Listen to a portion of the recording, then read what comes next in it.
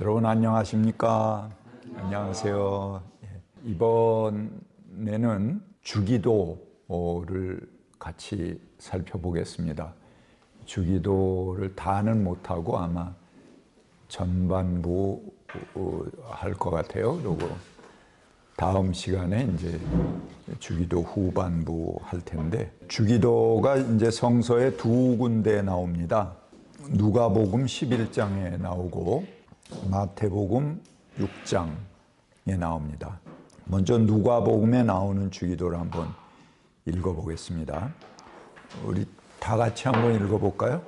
예수께서 그들에게 말씀하셨다. 너희는 기도할 때 이렇게 말하여라.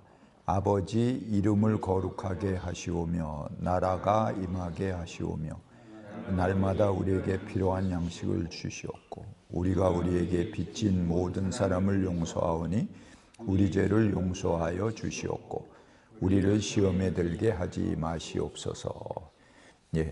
보다 이제 간단한 형태가 이 누가복음 11장의 주기도고요. 우리가 흔히 이제 주기도로 암송하는 것은 여기 마태복음 6장에 나오는 주기도입니다. 9절부터인데요. 그러므로 너희는 이렇게 기도하여라. 하늘에 계신 우리 아버지 이름을 거룩하게 하시오며 나라가 임하게 하시오며 뜻이 하늘에서 이루어진 것 같이 땅에서도 이루어지게 하시옵소서.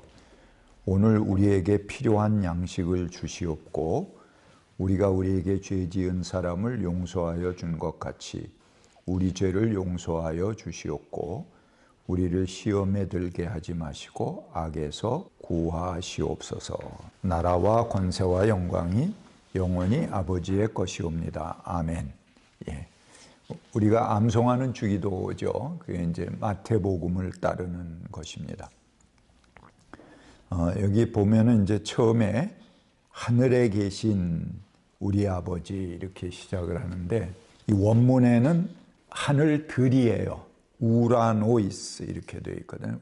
우라노스 그러면 단수인데 우라노이스 그래서 이제 복수형으로 되어 있어요.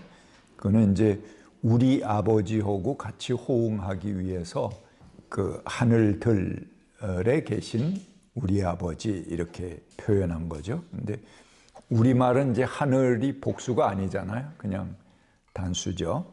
이걸 하늘들로, 그래서 이제 우리 번역에는 그냥 하늘에 계신 이렇게 번역했지만 하늘들에 계신 우리 아버지는 뭘까? 이제 강일상 목사님은 이거를 우리들 저마다의 마음 속에 있는 하늘들이다 그렇게 해석하기도 했습니다. 근데 이스라엘은 이제 분단의 역사를 가지고 있죠. 남왕국 유다와 북왕국 이스라엘 이렇게 갈라져 싸웠는데, 저희들이 서로 그 정통성을 주장하기 위해서 남왕국은 예루살렘 성전만이 유일한 성전이다 이렇게 얘기를 했고, 북왕국은 또 자기들의 성전 베델과 단에 세운 그 성전이 진짜 오리지널 성전이다 이렇게 주장을 했어요. 그래서 서로 자기 성전이 진짜고 상대 성전은 가짜다 이렇게 남북이 서로 극렬하게 상대방을 이제 말하자면 디스하는 그런 용도로 삼은 게 이제 성전이에요. 그래서 우리 성전이 진짜다 그러고 싸웠거든요.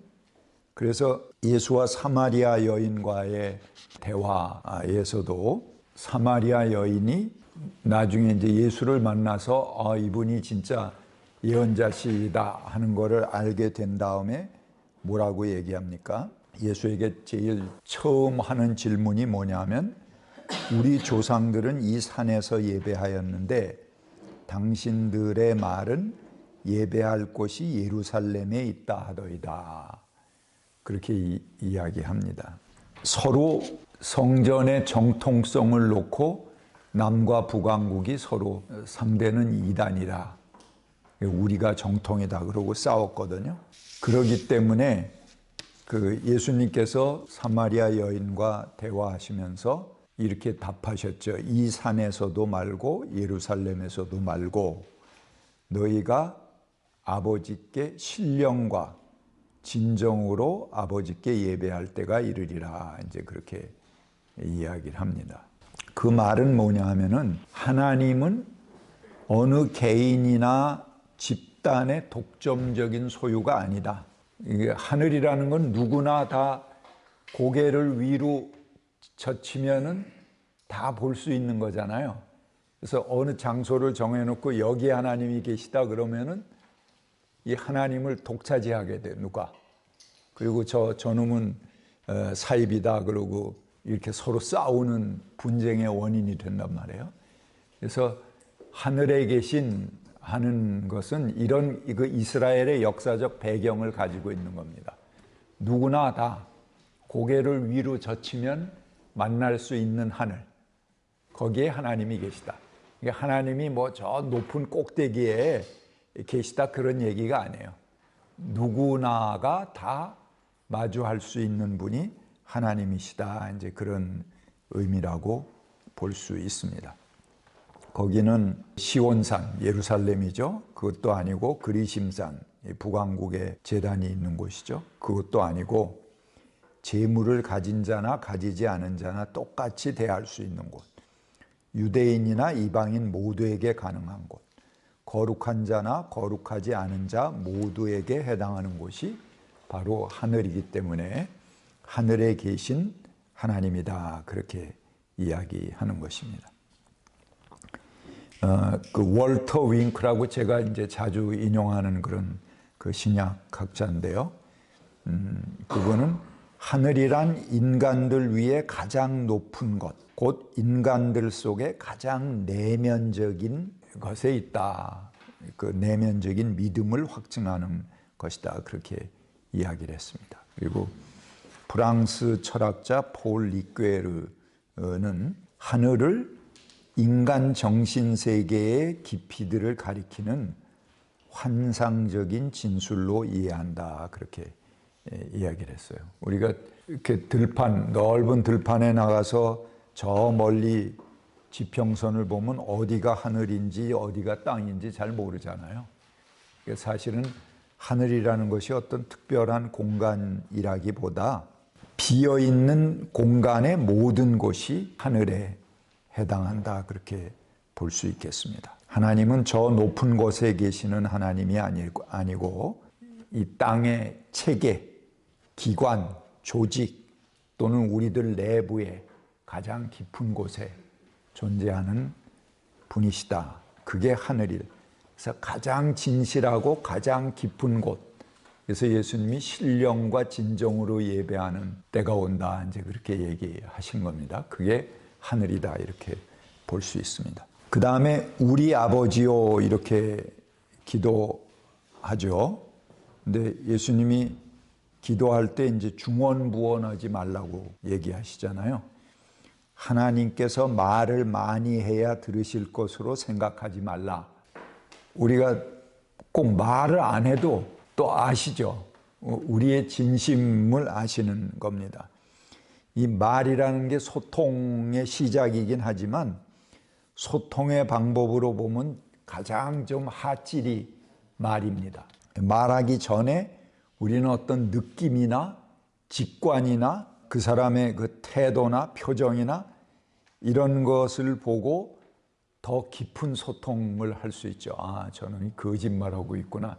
이것까지 알잖아요. 그러니까 말이라는 건 가장 그 의사소통에 있어서 어떻게 보면은 부차적인 겁니다.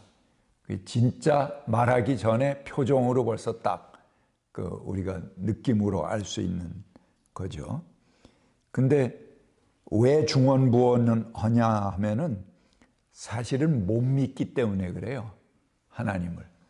내가 불안하고 불신의 마음을 가지고 있기 때문에 한 번 얘기하고 이게 하나님이 들어주실 것 같지 않은데 그리고 또 한 번 얘기하고 또 자꾸 중언부언하는 겁니다. 그러니까 자기가 못 믿기 때문에 중언부언하는 거죠. 그래서 예수님이 말 많이 해야 되는 게 아니다. 그리고 중언부언하지 말라 그렇게 얘기하셨습니다. 찬양이나 찬사도 사실은 뭐 하나님이 내가 찬양한다고 하나님한테 보탬이 되겠어요? 우리 확신이지 그게 하나님이 필요한 것도 아니에요. 하나님은 그저 사랑인 존재, 빛인 존재이므로 나의 찬사로 그분의 존귀함이 보태지는 것도 아닙니다. 우리는 그저 온전히 신뢰하면서 고요하게 머물면 됩니다. 시끄러운 나의 목소리가 가라앉는 순간, 진짜 나로 그저 평화롭게 사랑 안에 머무는 순간, 그게 전부입니다. 콘센트를 꽂지 않으면 수백만 번 버튼을 눌러도 램프에 불이 들어오지 않지만 콘센트에 연결하면은 그냥 바로 불이 들어오게 되죠. 그러니 우리가 불안이나 걱정으로 반복해서 말하는 것이 기도가 아니고 그 하나님의 근원에, 그분을 신뢰하는 그 근원에 연결이 돼 있다면 그거 자체가 기도가 되는 것입니다. 전통적으로 교회는 하나님을 아버지라고 부를 수 있는 것이 얼마나 큰 은총인가를 실감했습니다. 그래서 기도할 때 공적인 기도를 유대인들은 그렇게 시작을 했어요. 우리 아버지라고 감히 부르나이다. 그리고 아버지라고 부르게 된 것을 굉장히 감사하면서 기도했거든요. 구약 성경에도 여러 군데에서 이제 하나님을 아버지라고 표현합니다. 신명기, 예레미야, 이사야, 시편, 잠언 등등 여러 군데에서 하나님을 아버지, 이스라엘의 아버지 이렇게 표현합니다. 모세도 이스라엘 백성에게 그는 너희를 지으신 아버지가 아니냐, 너희를 만드시고 일으키신 분이 아니냐 그렇게 말하기도 합니다. 아버지라고 표현하는 것뿐만 아니고 하나님을 어머니로도 표현합니다. 호세아 11장 1절부터 4절 어머니라고 표현하는 것은 좀 여러분들이 생소하실 테니까 제가 성경 말씀을 읽어보겠습니다. 이스라엘이 어린아이일 때 내가 그를 사랑하여 내 아들을 이집트에서 불러냈다. 나는 에브라임에게 걸음마를 가르쳐 주었고 내 품에 안아서 길렀다. 죽을 고비에서 그들을 살려 주었으나 그들은 그것을 깨닫지 못하였다. 나는 인정의 끈과 사랑의 띠로 그들을 묶어서 업고 다녔고 그들의 목에서 멍에를 벗기고 가슴을 헤쳐 젖을 물렸다. 이게 이제 하나님이 어머니로 표현된 거죠. 그 다음에 이사야 49장 15절에도 어머니가 제 젖먹이를 잊겠으며 제 태에서 낳은 아들을 어찌 긍휼히 여기지 않겠느냐. 비록 어머니가 자식을 잊는다 하여도 나는 절대로 너를 잊지 않겠다.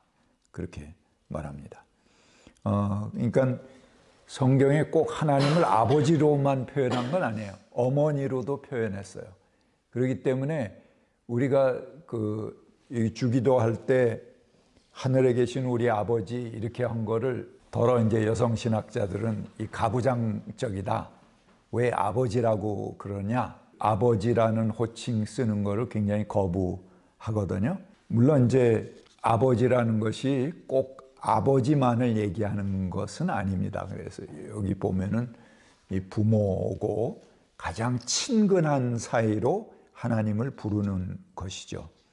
그래서 이거를 가부장적인 표현으로 터부시하기보다는 절대 신을 친밀한 가족 관계로 표현했다 하는 것을 우리가 주목해야 됩니다. 특히 예수님은 자신과의 독특하고 개인적인 관계로 하나님을 말합니다. 하나님을 아버지라고 그런다고 해서 그 당시에 종교 지도자들이 격분해서 예수를 죽이려고까지 하죠.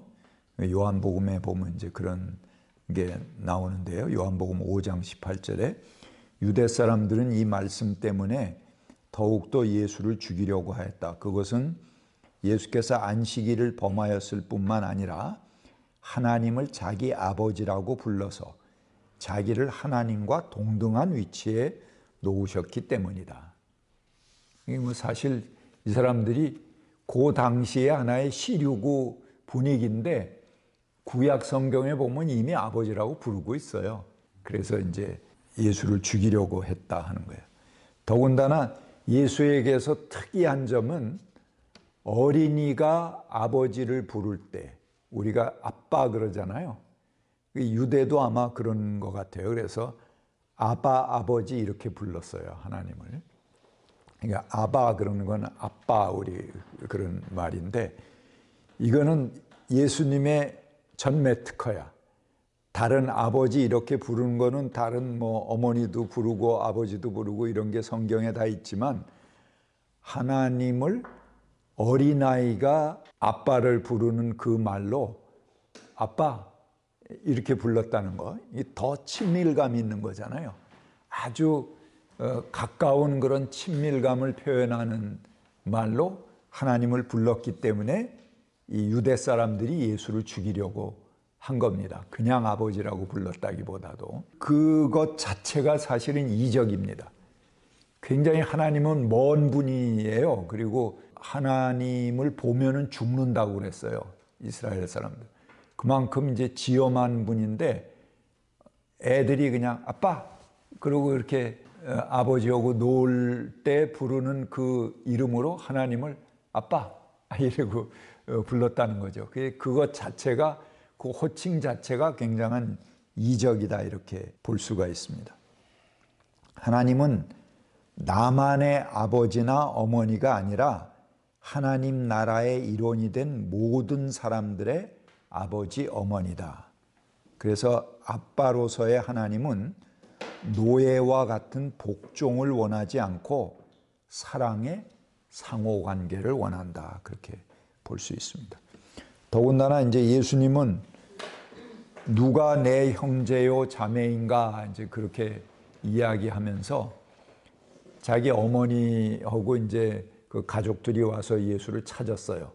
그러니까는 사람들이 예수가 가리키실 때 당신 어머니하고 가족들이 왔습니다. 그렇게 얘기를 하니까 예수님이 그들에게 누가 내 형제며 자매이냐 그렇게 묻습니다. 그리고 혈육에 의한 형제 자매라기보다 그 말을 듣고 있는 그 회중들, 민중들이 당신들이 바로 내 형제고 자매다 그렇게 표현을 하거든요. 마태복음 또 23장 9절에 보면 이렇게 이야기합니다. 이 세상 누구를 보고도 아버지라 부르지 말라. 너희의 아버지는 하늘에 계신 아버지뿐이다. 그래서 여성 신학자 피오렌자는 예수가 하나님을 아버지로 부르는 것은 사회와 교회 안에 있는 가부장 권력 구조를 정당화시키는 게 아니고 모든 지배 구조를 결정적으로 전복시키는 것이다. 그렇게 이야기했습니다. 왜? 예수의 하나님 아버지는 어떤 아버지도 그리고 모든 가부장 제도를 거부하는 표현이라는 것입니다. 기독교 공동체에서 형제들, 자매들도 아버지의 권위를 주장할 수는 없습니다. 왜냐하면 아버지의 권위는 하나님에게만 지정된 권력이기 때문에 하늘에 계신 그 아버지 외에는 아무도 아버지라 부르지 말라 이제 이렇게 하는 말씀은 진짜 아버지의 권위를 갖는 것은 하나님 한 분으로 족한 거지 우리 모두는 다 같은 평등한 존재고 형제 자매인 존재다 하는 그런 의미로 받아들일 수 있을 것입니다. 더욱이 하나님은 나만의 아버지, 어머니가 아니라 하나님 나라의 일원이 된 모든 사람들의 아버지며 어머니입니다. 그러니까 우리 아버지가 되는 거죠. 주기도 할 때 하늘에 계신 우리 아버지시여 그렇게 이 첫 마디가 굉장히 중요합니다. 모두의 하나님이고 우리 아버지시여 우리가 이렇게 하나님을 부르는 순간 어떻게 됩니까? 내가 하나님을 아버지라고 불러. 이인천 선생님도 하나님을 아버지라고 부른다. 그럼 우리 둘이 뭐예요? 형제죠. 예. 그래서 이제 기독교 초기 공동체에 형제님, 자매님 그렇게 부른 겁니다. 그러니까 우리 모두 주님을 믿는 우리는 하나님을 아버지라고 부르는 순간 형제, 자매, 남매 간의 관계 안으로 들어오게 되는 것입니다. 그 다음에 이름이 거룩히 여김을 받으시오며, 그렇게 그 옛날에 이제 왕이나 뭐 이렇게 전령이 갈 때 왕의 이름으로, 이렇게 누구의 이름으로, 우리 어떤 문서에도 그 뒤에 사인이 어떻게 돼 있느냐, 대통령이 이제 자기 이름을 탁 붙여서 이렇게 사인해 놨다 그러면은 그 이름 때문에 그 문서의 가치가 굉장히 높아지는 거잖아요. 국가 간의 문서는 외교적인 그런 어떤 대표성을 갖는 문서가 되고 그러는 거죠. 그래서 그 이름을 어떻게 부르느냐 하는 건 이제 매우 중요한 것입니다. 그래서 전령이나 재판관이 왕의 이름으로라는 문구를 쓸 때 그들은 왕의 권위와 세력으로 포고령을 발표하거나 재판을 수행하듯이 하나님의 이름을 부르는 것은 새로운 힘을 가져옵니다. 그래서 하나님을 예배하는 것은 그의 이름을 부르는 행위로 그렇게 생각하기도 합니다. 구약의 창세기 4장이나 12장에 보면은 그 예배라는 것은 그의 이름을 부르는 행위입니다. 모르는 채 대화하던 상대가 누구인가 밝혀질 때 비로소 관계가 시작됩니다. 그리고 우리 안에 그 존재가 자리매김되는 거죠. 그래서 하나님의 이름은 비밀스럽고 알려지지 않은 권세로부터 우리를 도우며 우리 삶의 의미를 알려줍니다. 모세를 통해서 이스라엘이 하나님의 이름을 알고, 그러니까 모세하고 불붙는 가시덤불에서 만났을 때도 하나님이 모세에게 이집트에서 노예 생활하는 사람들, 그 사람들 내 백성이다 이렇게 일컬으시면서 끌어내라 그렇게 얘기하셨잖아요. 그러니까 모세가 뭘 물어봅니까? 당신의 이름이 뭡니까? 이렇게 물어보잖아요. 신의 이름을 아는 것은 그분과의 새로운 관계가 시작되는 것입니다. 우리 김춘수의 시, 그 김춘수의 꽃도 그렇게 얘기하죠. 내가 그의 이름을 불러주기 전에는 그는 하나의 몸짓에 지나지 않았다. 내가 그의 이름을 불러주었을 때 그는 나에게 와서 꽃이 되었다. 그렇게 얘기합니다. 이 호칭으로 인해서 새로운 관계가 열리는 겁니다. 그래서 호칭, 이름에는 창조하는 힘이 있습니다. 여기 이 책상 하나 있다고 그래요. 근데 이거를 우리가 처음에 이걸 책상 이렇게 부르면 놓고 이렇게 우리가 책상으로 쓰는 겁니다. 근데 발판 이렇게 부르면 우리가 딛고 올라서는 용도가 되는 겁니다. 그러니까 이름을 어떻게 부르느냐에 따라서 그것의 용도가 달라지는 거죠. 사람하고의 관계도 그렇습니다. 우리 남자들 뭐 조금 친해지면 갑자기 이제 술 한잔하고 아이 뭐 우리 호영어제 합시다. 이제 그러면 또 형님 동생 관계가 되죠. 갑자기 그 관계가 아주 친밀해집니다. 그래서 형제의 관계가 되기도 하는데, 이름을 어떻게 하는가 하는 것은 새로운 관계를 열고 새로운 만남으로 초청하는 것입니다. 근데 여기 이름이 거룩히 여김을 받는다는 것은 도대체 무슨 기도일까? 거룩하다 하는 게 이제 카도시 하는 말인데요. 이 거룩하다는 말이 제일 처음에 성경에 언급된 것이 창세기 2장 3절입니다. 거기에 하나님께서 이제 첫째 날, 둘째 날 이렇게 세상을 창조하시고 마지막 일회째 날에 하나님이 그 일곱째 날을 복되게 하사 거룩하게 하셨으니 이는 하나님이 그 창조하시며 만드신 모든 일을 마치시고 그날에 안식하셨습니다. 그래서 여기에 이제 처음 거룩하다 하는 말이 나와요. 이게 거룩하다는 게 무슨 뜻일까요, 그러면? 첫째 날, 둘째 날, 셋째 날, 넷째 날 다 이렇게 창조하셨는데 마지막 날에 일곱째 날에 뭘 하시죠? 안식하시는 거죠. 휴식하시는 겁니다. 그 휴식이 편안하면 거룩한 거예요. 근데 여섯째 날에 마지막 지어놓은 인간이 첫째 날, 둘째 날, 셋째 날 뭐 만들어 놓은 온 강가산을 뒤집어 엎고 후벼 파고 뭐 뒤죽박죽을 만들고 모든 생명과 짐승을 다 죽이고 이렇게 한다면 하나님이 일회째 날에 쉬실 수 있나요? 못 쉬죠. 안식이 안 되는 겁니다. 그러니까는 이 안식까지가 마지막 창조예요. 사실 일회째 날에 아무것도 안 하신 게 아니고 하나님이 편안하게 안식할 수 있는 것이 돼야지 창조가 완성된 겁니다. 이게 뒤죽박죽이 돼갖고 저희들끼리 치고받고 싸우고 마지막 인간이 모든 거를 다 훼손하고 전부 망가뜨린다 그러면은 안식이 안 되는 거예요, 하나님이. 그러니까 제일 중요한 창조가 사실은 일회째 날의 안식입니다.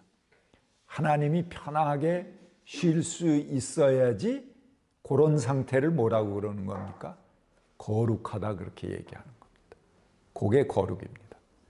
그래서 만물이 각자 자기 몫의 안식과 평화를 고르게 누리는 상태, 그것을 복되고 거룩하다 그렇게 이야기하는 겁니다. 그냥 거룩한 게 아니죠. 그래서 모두가 평화로울 때 그때 거룩한 겁니다. 그래서 거룩하면 이제 홀리니스잖아요. 근데 이게 어원이 훌리니스, 전체라는 말하고 어원이 같다고 그래요. 모두가 공평하게 쉼을 누릴 수 있을 때, 하나님의 안식을 누릴 수 있을 때 모두가 고루 자기 몫의 평화를 누리게 되는 상태, 그게 성서적인 거룩이다 이렇게 볼 수가 있습니다. 그래서 레위기 보면은 레위기는 이제 거룩함을 밝히는 책이에요. 그 레위기의 제일 핵심적인 말씀이 나 주가 거룩하니 너희도 거룩해야 한다. 그런 말이 계속 반복해 나와요. 그러면서 거룩한 것과 거룩하지 않은 것을 전부 구분해서 나오거든요.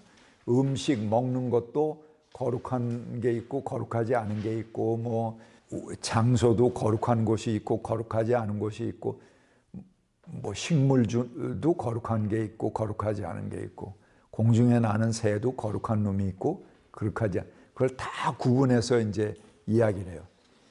그렇게 거룩한 거를 구분하다 보니까는 우리가 잘못 판단하기에 거룩하다 하는 개념이 구별한다 이런 개념으로 생각을 했어요. 실제 성서 사전에도 거룩한다 그러면 구별한다 그렇게 표현한 게 많아요. 근데 엄밀하게 그 내용을 잘 연구해서 살펴보면은 그래서 기독교인들이 부정한 거를 걸러내는 거, 그게 거룩한 건 줄 알아. 그러니까 자꾸 뭘 부정한 게 뭔가 찾아내려고 그러고 자꾸 그거를 구별해내려고 그래요. 그러니까는 결국 나중에 자꾸 구별하다 보면 뭐 해야 돼요? 그 구별이 차별이 되죠. 그래서 차별하는 거를 자꾸 이렇게 걸러내는 거, 부정한 놈, 그 부정한 거를, 온갖 부정한 거를 다 걸러내고 보니까 나중에 저만 거룩해지네. 혼자 기도원에 가서 열심히 기도한 사람이 갑자기 교만해지는 수가 있어요. 전에는 몰랐는데 딱 기도원에 가서 은혜 받고 나오니까는 저 목사가 저거 은혜가 없네. 저 목사 같지가 않네. 그리고 저 장로가 저 껄렁껄렁하고 시원치 않네. 이러고 모두를 정죄하는 거예요. 저만 제일 높은 자리에 올라가. 그게 이제 어떤 귀한 깨달음인 줄 아는데 예수님이 가장 높은 도라고 얘기하신 거는 다른 거 다 정죄하고 너만 거룩한 정결한 그런 위치에 올라가 있는 게 최고의 거룩이다 그렇게 얘기한 게 아니에요. 사랑이 가장 높은 계명이다 이렇게 얘기하셨거든요. 사랑이라는 건 뭐예요? 내가 깨닫고 높고 거룩해질수록 많은 사람을 내가 이해하지 못하고 받아들이지 못하는 사람까지도 받아들이고 수용할 수 있는 폭을 갖는 것이 거룩이지, 자꾸 이렇게 층을 쌓고 올라가서 높은 저 혼자 고고한 위치에 올라가는 게 거룩이 아니에요. 계명의 완성은 가장 낮은 자리로 내려와서 내가 전에는 도저히 이해할 수 없는 저 인간도 받아들일 수 있는 상태가 됐다 할 때 그게 진짜 가장 높은 계명이 되는 거죠. 그게 거룩한 게 되는 거고. 그래서 예수님이 율법의 완성은 첫 번째 하나님을 사랑하고 내 이웃을 내 몸과 같이 사랑하라, 그렇게 말씀하신 겁니다.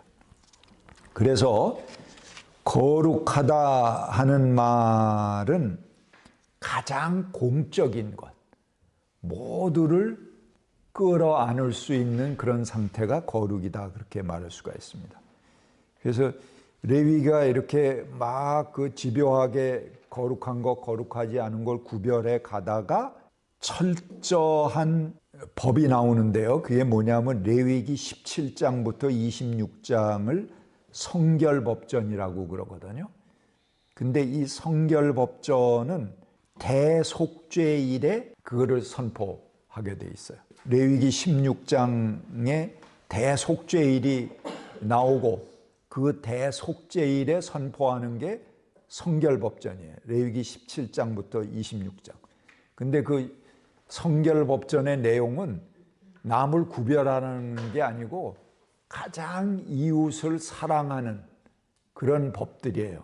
그래서 이게 이제 제가 오경 공부할 때 여러분들에게 자세하게 이제 말씀드렸었는데 이제 그걸 다시 한번 여러분들이 살펴보시고 여기서 반복은 하지 않겠습니다. 그 법이 가장 완성되는 것이 뭐냐 하면은 그 대속죄일의 성결법전을 얘기하고 제일 끝에, 레위기 끝에 그것을 결정적으로 완성하는 법이 있어요. 그게 무슨 법인 줄 아세요? 희년법입니다. 희년법. 희년법을 맨 마지막에 레위기 25장에 나와요. 레위기 26장까지 나오거든요. 근데 26장은 이거를 안 지키면 너 어떻게 벌 받는다 하는 그런 경고의 저주와 축복에 관한 얘기고, 제일 중요한 게 이제 레위기 25장에 나오는 게 희년법이에요. 희년이 뭔지 아시죠? 대사회적인 해방령을 얘기하는 거잖아요. 노예된 자들은 노예를 해방시켜주고 땅을 잃어버린 자들은 본래 자기 땅, 제 땅으로 돌려보내주고 감옥에 gat힌 자들은 풀어서 놔주고 빚진 게 있으면 다 탕감해주고 이런 그 대사회적인 해방령이 선포되는 게 희년이거든요. 근데 그게 가장 자기 내면을 가장 그 정화하는 대속죄일에, 그것도 맨 마지막에 선포되는 법이 그런 희년법이라는 거예요. 이 한국교회는 보수교단은 이 내적인 정화, 내적인 정결을 강조하고 진보적인 교단은 사회적인 해방을 강조하고 그 둘이 싸워. 그 싸울 게 아니야. 저기 레위기에 보면은 가장 경건한 대속죄일에 그 절정이 희년법으로 나타나는 거예요. 사회적인 해방 조치가 없으면은 내적인 정결이 안 된다는 거죠. 그 내적인 정결만 있고 사회적인 해방이 없으면 그거는 사기라는 거예요. 이 사회적인 해방이라는 거는 이 내적인 정결의 완성이에요. 그 두 가지가 합해 있는 거지, 그것이 가장 거룩함의 하나의 정점에서 이루어지는 거다, 이렇게 볼 수가 있어요. 거룩이라는 것은 함께 살아가기 위해서 가장 필요한 원칙들의 밑바닥에 있는 것입니다. 그래서 거룩은 통전성, 온전성이 유지되는 영역이고 그곳은 온전하신 하나님께서 임재하시는 영역입니다. 거룩은 죄로 인해 막히게 된 인간과 인간의 단절, 인간과 하나님과의 단절을 풀고 다시 소통할 수 있게 하는 조치들 가운데 나타납니다. 한국 교회는 거룩을 분리와 구별의 의미로만 받아들여 왔습니다. 즉 거룩함은 속세와 분리되고 일상과 구분됩니다. 그리하여 결국 죄 많은 세상에서 사는 거룩하지 않은 평범한 이웃들과 경계선이 생기게 됩니다. 개인적으로 경건하거나 혹은 스스로 그렇다고 생각하지만 홀로 세상과 분리된 독선적인 종교인이 되기 쉬운 겁니다. 거룩을 구별과 어떤 경계로 분리와 구별로 받아들이면 굉장히 독선적인 인간이 나오기 쉬운 거죠. 그건 잘못 성경을 오해한 거다 하는 것입니다. 그래서 우리의 하나됨을 방해하는 모든 장벽, 성차별의 장벽, 계층 간의 장벽, 학력의 장벽, 신분의 장벽, 세대의 장벽, 지방색의 장벽, 일체의 모든 방해물을 거두어 버리고 형제와 자매가 깊이 사랑하고 존경하는 마음을 가질 때래야 우리는 비로소 거룩함을 잊게 되는 것입니다. 그때라야지 비로소 참다운 예배가 가능한 것입니다. 그래서 우리가 십계명의 제3계명 보면 하나님의 이름을 망령되이 일컫지 말라 그러잖아요. 이게 왜 나오냐 하면은 그 당시에 하나님의 이름을 일컫는 거는 자기 확신을 넘어서 하나님께 맹세하는 거죠. 네, 하나님께 맹세한다. 이건 확실하다. 그리고 자기 주장을 확실하게 주장할 때 하나님의 이름을 얘기하고 들먹거렸거든요. 그래서 마태복음에서는 예수께서 제3계명을 새롭게 해석하면서 그 3계명을 뭐라고 해석하냐 하면은 하나님의 이름을 망령되이 일컫지 말라 하는 게 3계명이잖아요. 그거를 너희는 맹세하지 말라 이렇게 해석을 하세요. 맹세라는 것도 제 마음의 확신을 표현하기 위해서 하는 거죠. 제 안에 그 확신을 주체하지 못하겠으나 다른 권위들, 하늘이나 땅이나 자기 머리나 또는 하나님의 이름에 기대서 그 확실함을 표현하는 것. 이게 하나님께 맹세하고자 이거 확 틀림없어 막 이렇게 이야기하잖아요. 그렇게 하지 말라는 거죠. 그래서 예수님은 맹세하지 말라, 하나님의 이름을 망령되이 일컫지 말라 하는 계명을 그렇게 해석했습니다. 그리고 단지 예할 때 예하고 아니오할 때 아니오하라 그렇게만 얘기하라는 거죠. 그에서 지나치는 것은 악에서 나온다. 자기 확신에서 남을 평가하고 재단해서는 안 됩니다. 그래서 내가 비록 확신한다고 하더라도 그렇지 않을 수도 있다는 겸손한 마음으로 하나님과 이웃 앞에 열린 마음으로 임해야 됩니다. 나하고 전혀 반대의 길을 가고 반대 생각을 가진 사람에게도 열린 마음을 가져야 할 것을 말합니다. 우리의 뜻을 입증하기 위해서 하나님의 이름을 들먹거리는 경우 하나님의 이름을 망령되이 일컬을 가능성이 매우 높습니다. 그러나 하나님의 이름을 부르는 또 다른 경우는 하나님 이름이 거룩히 여김을 받으시는 경우입니다.